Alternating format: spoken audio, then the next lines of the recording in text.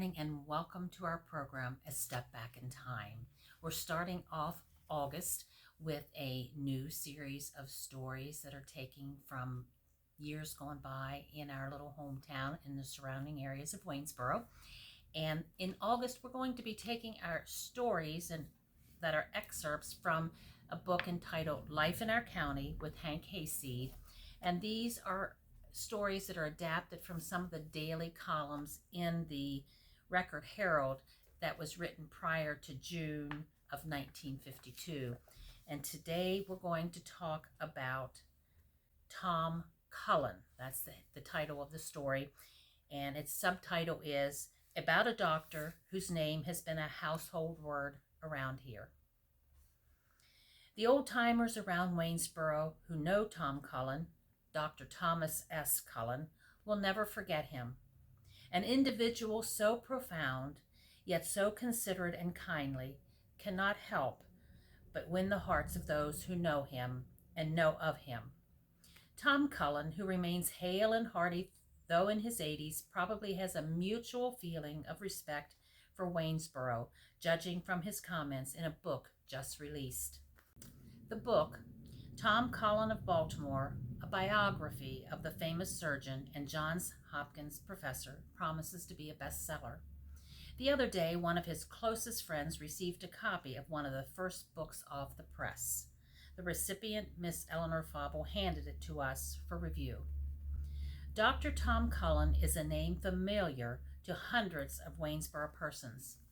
To others, it means something much closer than mere familiarity. In 1922, when the Waynesboro Hospital was formally dedicated, Dr. Cullen journeyed from Baltimore. It was the afternoon of October 2nd that year to deliver the main address. Long before that, though, Waynesboro was the apple of his eye because he would spend his happy weekends here. He says so in his book. Much of his reminiscing in this colorful biography concerns his Waynesboro weekends. His pal in those days was Dr. Barr Snively. Scanning over an anecdote on page 141 of his book, we find this quotation. When we had an exceptionally heavy work at Johns Hopkins and I was tired, I would take a train out of Baltimore on Friday night, if everything was going well. I would leave a sealed envelope on my desk in the hospital. On the envelope I had written, "Enclosed is my address. Open only in case of emergency." And inside it said, "I am at Dr. Barr Snively's in Waynesboro, Pennsylvania." Once on the train for Waynesboro, I never stayed tired long. I was on holiday. Dr. Cullen recalls his first major operation outside a hospital at the turn of the century. The patient was Henry Bailey from up in the mountain outside Waynesboro. Assisting Dr. Cullen was Dr. Snively Barr's father, Dr. I.N. Snively, and Dr. Percy Hoover came along as a general superintendent and handyman.